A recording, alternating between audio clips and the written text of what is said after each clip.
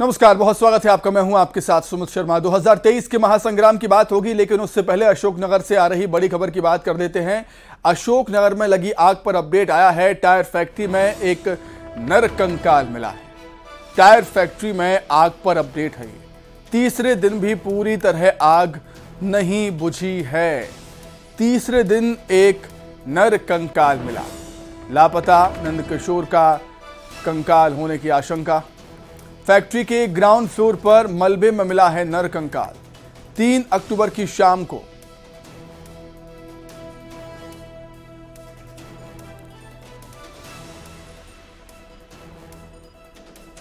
देहात थाना क्षेत्र अंतर्गत बाईपास रोड की घटना है। अधिक जानकारी के लिए हम बातचीत करेंगे। अशोकनगर संवाददाता समीर द्विवेदी जुड़े हुए हैं फोन पर। समीर, क्या कुछ जानकारी है? बताया जाता है कि अभी तक आग पूरी तरीके से बुझी नहीं है और एक नरकंकाल भी मिला। समीर जी सुमित, बता दूं आपको कि अभी तक के इतिहास में जिले में सबसे आग की अपने आप में सबसे बड़ी घटना है, जिसमें लगातार तीसरे दिन भी आग बुझने का पूरी रूप तरीके से बुझने का नाम नहीं ले रही है। हालांकि 13 तारीख को लगी इस आग के बाद एक बात नई सामने आई थी, जिसमें नंदकिशोर श्रीवास्तव जो कि लापता बताए जा रहे थे, संभावना जताई जा रही थी उनके मित्रों द्वारा कि वो इसके अंदर फैक्ट्री के अंदर हो सकते हैं। आज शाम करीब 4 से 5 के बीच में एक नरकंकाल, सफाई के दौरान एक नरकंकाल वहां मिला, जिसको की संभावना ये जताई जा रही है कि ये नरकंकाल नंदकिशोर श्रीवास्तव का हो सकता है। जी सुमित। बिल्कुल समीर, अब काफी भीषण आग है निश्चित तौर पर, क्योंकि 3 दिन तक गुजर चुका है लेकिन अभी तक आग पर काबू नहीं पाया जा सका। इसके पीछे की वजह क्या देख रहे हैं आप? क्या कोशिशों में कमी रही? जी, इसके पीछे आग लगाने का कारण तो स्पष्ट रूप से सामने नहीं आ पाया है, क्योंकि टायर रिमोल्डिंग फैक्ट्री थी। वो 3 मंजिला भवन में सिर्फ टायर भरे हुए थे और उसके जो तलघर था उसमें केमिकल भी रखा हुआ था, जो कि केमिकल ने आग पकड़ ली थी। तो आग बुझाने में हालांकि प्रशासन ने पूरा सहयोग किया, पूरी मुस्तैदी के साथ प्रशासनिक अमला, दमकल कर्मी, पुलिस, सब लोग लगे रहे। स्थानीय लोगों ने भी काफी मदद की, लेकिन आग की भयावहता इतनी भीषण थी कि आग जरा सी बुझती थी और दोबारा उसकी लपटें निकल आती थी। काफी सारी तोड़फोड़ भी बिल्डिंग में आग बुझाने के लिए की गई। प्रशासन के प्रयास, युद्ध स्तर पर प्रयास प्रशासन द्वारा किए गए। दमकल कर्मी निरंतर अपनी जिले भर की गाड़ियों सहित पड़ोसी जिले की दमकल वाहन भी आग बुझाने में निरंतर लगे रहे। यहाँ तक कि पेनेफेल से केमिकल युक्त फायर ब्रिगेड भी यहाँ मंगाई गई, लेकिन आग की जटिलता इतनी थी कि आग बुझाई नहीं जा सकी और इस आग के अंदर भेंट चढ़ गया एक व्यक्ति, जो संभावना जताई जा रही है पुलिस के द्वारा भी कि ये जो नरकंकाल है ये लापता नंदकिशोर श्रीवास्तव का हो सकता है। सुमित। बिल्कुल समीर, जैसा कि आप बता रहे हैं कि लापता नंदकिशोर का ये नरकंकाल हो सकता है, क्या और भी लोगों के लापता होने की संभावना यहाँ पर जताई जा रही है क्या? नहीं, अभी तक तो फिलहाल ऐसी कोई मामला, ऐसी कोई सूचना ना गुमशुदगी पुलिस के पास मौजूद है, ना कोई आम चर्चा है गुमशुदा होने की। सिर्फ एक व्यक्ति के लापता होने की जानकारी उसी दिन से थी, नंदकिशोर श्रीवास्तव की, जिसकी की आज नरकंकाल एक व्यक्ति का मिला है, जिसको लेकर जताई जा रही है। और दूसरे अन्य कोई व्यक्ति की गुमशुदगी या इस प्रकार की कोई घटना या जानकारी अभी तक फिलहाल सामने नहीं आई है। बिल्कुल समीर, और इसी फैक्ट्री के बाजू में एक हॉस्पिटल भी था, वहां तक भी आग पहुंच गई थी, लेकिन गनीमत रही कि समय रहते मरीजों को बाहर निकाल लिया गया, नहीं तो हादसा और भी भीभत्स और बड़ा हो सकता था। समीर जी बिल्कुल, ये एक निजी हॉस्पिटल है, ये कुछ समय पहले ही यहाँ पे खोली गई है। हालांकि इसकी प्रचलन में नहीं आई थी ये ज्यादा, इसमें मरीज बहुत कम जाए जाते थे। बताया जा रहा है कि उस दिन भी सिर्फ 2 मरीज ही हॉस्पिटल में थे, लेकिन आग लगने के बाद समय रहते हॉस्पिटल से मरीज, स्थानीय लोगों और पुलिस की मदद से बाहर और स्टाफ को बाहर निकाल लिया गया है। हालांकि अस्पताल भवन काफी जर्जर हो गया है, आग से एसी वगैरह सामान काफी नुकसान हुआ है। निश्चित तौर पर सबसे बड़ी बात निकल के सामने ये आ रही है कि इतनी बड़ी फैक्ट्री शहर के बाईपास रोड, जहाँ बिल्कुल सबसे बड़ा सवाल यही है कि इतनी बड़ी फैक्ट्री वहां पे क्यों आखिर? बहुत धन्यवाद समीर जुड़ने के लिए, तमाम बातचीत के लिए।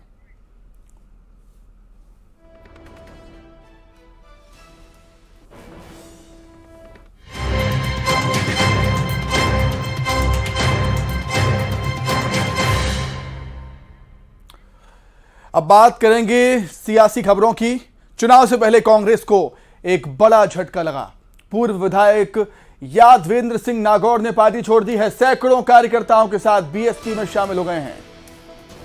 यादवेंद्र सिंह नागौर, पूर्व विधायक। चुनाव से पहले कांग्रेस को बड़ा झटका। पूर्व विधायक ने कांग्रेस पार्टी का दामन छोड़ दिया और बीएसपी से हाथ मिला लिया। हाथ का साथ छोड़ा है, बीएसपी का दामन थाम लिया है। सैकड़ों कार्यकर्ताओं के साथ पूर्व विधायक यादवेंद्र सिंह नागौर बीएसपी में शामिल हुए। उसकी तस्वीरें भी आपके सामने। जब उन्होंने बीएसपी पार्टी ज्वाइन की, आज ही कांग्रेस ने 144 प्रत्याशियों का ऐलान किया है मध्य प्रदेश में, और सूची जारी होते ही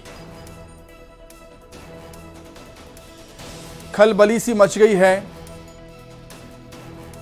कांग्रेस में, क्योंकि जो निराश हैं, जिन्हें उम्मीद थी कि उनको टिकट मिलेगा, लेकिन पार्टी ने उनको टिकट नहीं दिया, अब वो बगावती तेवर दिखा रहे हैं। इसी कड़ी में पूर्व विधायक यादवेंद्र सिंह नागौर ने पार्टी छोड़ दी, कांग्रेस पार्टी छोड़ दी और सैकड़ों कार्यकर्ताओं के साथ बीएसपी में शामिल हो गए।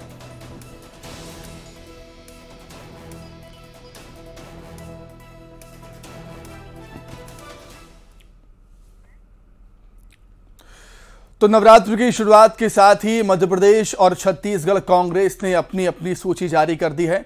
मध्य प्रदेश की बात करें तो यहां भी पहली लिस्ट थी कांग्रेस की, और छत्तीसगढ़ में भी कांग्रेस की पहली लिस्ट थी। एमपी की बात कर देते हैं पहले, जिसमें 144 उम्मीदवार हैं। 96 विधायकों में से 69 विधायकों को फिर मौका दिया है पार्टी ने। कमलनाथ छिंदवाड़ा से चुनाव लड़ेंगे। कांतिलाल भूरिया की जगह उनके बेटे विक्रांत भूरिया को टिकट दिया गया है। गोटेगांव से विधायक और पूर्व विधानसभा अध्यक्ष एनपी प्रजापति का टिकट काटा है। यह एक सोचने वाली बात कि आखिर ऐसा क्यों हुआ। उनकी जगह शेखर चौधरी को प्रत्याशी बनाए हैं। कटंगी विधायक रामलाल सहारे का टिकट काटकर पूर्व सांसद बोध सिंह भगत को प्रत्याशी बनाया कांग्रेस ने। गुनौर से विधायक शिवदयाल बागरी की जगह जीवनलाल सिद्धार्थ। झाबुआ में वर्तमान विधायक कांतिलाल भूरिया की जगह उनके बेटे विक्रांत भूरिया को उम्मीदवार बनाया पार्टी ने। पिछौर से 5 बार के विधायक केपी सिंह को शिवपुरी से प्रत्याशी बनाया है, जबकि पिछौर सीट पर शैलेंद्र सिंह को कांग्रेस ने उतारा। बुधनी विधानसभा सीट से मुख्यमंत्री शिवराज सिंह चौहान के सामने टीवी एक्टर विक्रम मस्ताल को कैंडिडेट बनाया गया है।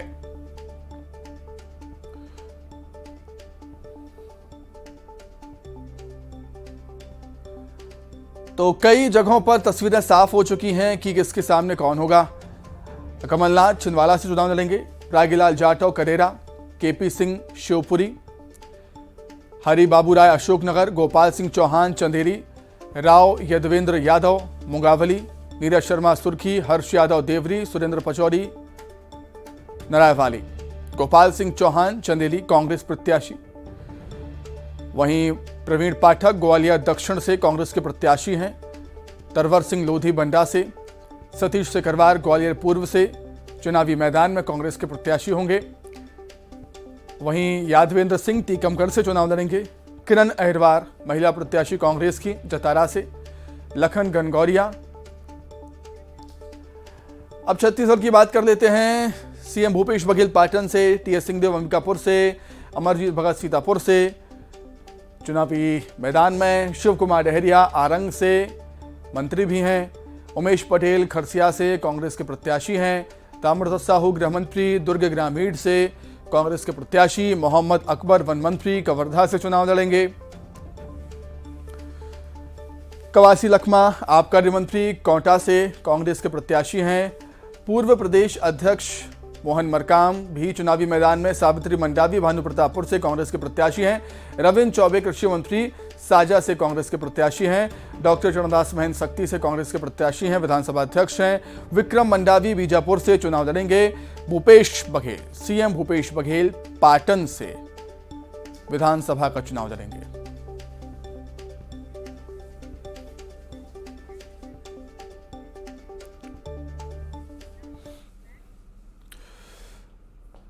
तो कांग्रेस की पहली सूची जारी होने पर राज्यसभा सांसद विवेक तनखा ने कहा कि 1-2 सीट पर विरोध बहुत छोटे स्तर पर है, जिसे दूर कर लिया जाएगा। और क्या कुछ कहा विवेक तनखा ने, सुनिए। कांग्रेस सांसद विवेक तनखा मेरे साथ है। सर, 44 लोगों की बम्पर सूची कांग्रेस ने जारी कर दी। कुछ विरोध भी है और कहीं खुशी भी है। विरोध को पहला सवाल कि विरोध को कैसे दबाएंगे? एक तो विरोध बहुत माइनर है, क्योंकि वो सूची 80-90% आप देखोगे बिल्कुल एक्सपेक्टेड लाइंस में थी। मतलब इस सूची में मुझे बहुत कंट्रोवर्सी का स्कोप नहीं दिख रहा है। 1-2 सीट 4 सीट में होता है, बहुत छोटी बात है, और वो भी माइनर है, और उन लोगों से हम लोग बात कर लेंगे, वो भी दिक्कत नहीं है। बट अगली जो 90 आएंगी वो थोड़ी कॉम्प्लिकेटेड है। वहां पर कमलनाथ जी का मापदंड और एआईसीसी का मापदंड अच्छे से चलेगा। तो जो अगली सूची आएगी वो होगी कमलनाथ जी की अग्नि परीक्षा। अग्नि परीक्षा तो हर सूची होती है, और हर पार्टी की हर सूची होती है। बीजेपी तो अपनी फर्स्ट सूची में फेल हो गई थी जब सब एमपीज को ले आए और लोगों ने कहा कि अब क्या वरिष्ठों का ये चुनाव हुआ कि कनिष्ठों का होगा। ये चुनाव तो यंग यूथ का है, एनर्जी का है, नएपन का है। तो बीजेपी तो उसमें फेल हो चुकी है। हम अब आगे बढ़ रहे हैं टुवर्ड्स यूथ।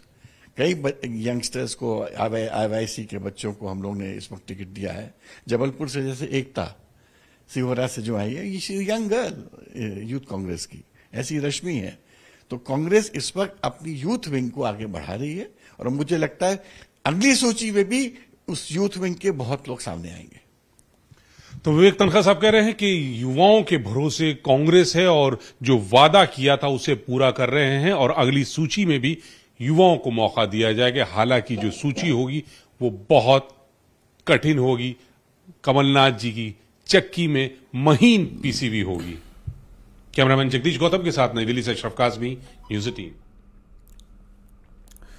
तो वहीं कांग्रेस के पूर्व मंत्री सुरेंद्र सिंह हनी बघेल पर कांग्रेस ने फिर से भरोसा जताते हुए कुक्षी विधानसभा से उम्मीदवार उनको घोषित किया।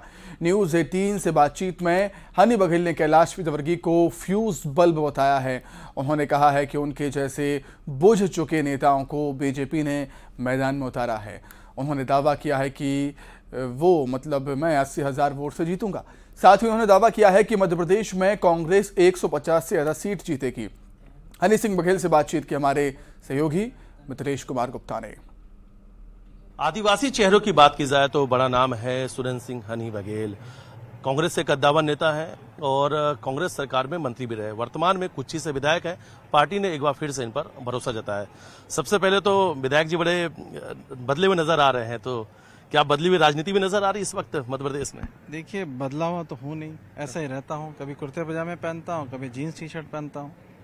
तो मेरे कपड़े बदलने से राजनीति बदलाव है ऐसा कुछ नहीं है। अपना अपना शौक है, अपने अपना पहनावा, इसलिए मैंने आज पहना इस तरह का कपड़े पहने। देखा जाए तो कांग्रेस की पहली सूची आई है, 144 नाम।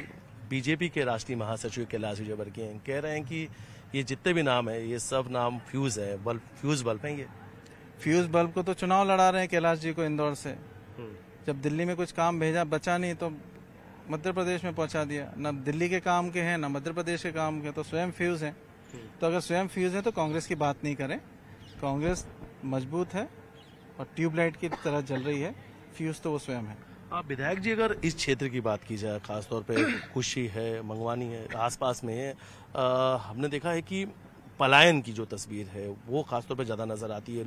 रोजगार नहीं है, लोगों को गुजरात जाना पड़ता है। देखिए, 18 साल से तो शिवराज सिंह जी की सरकार है।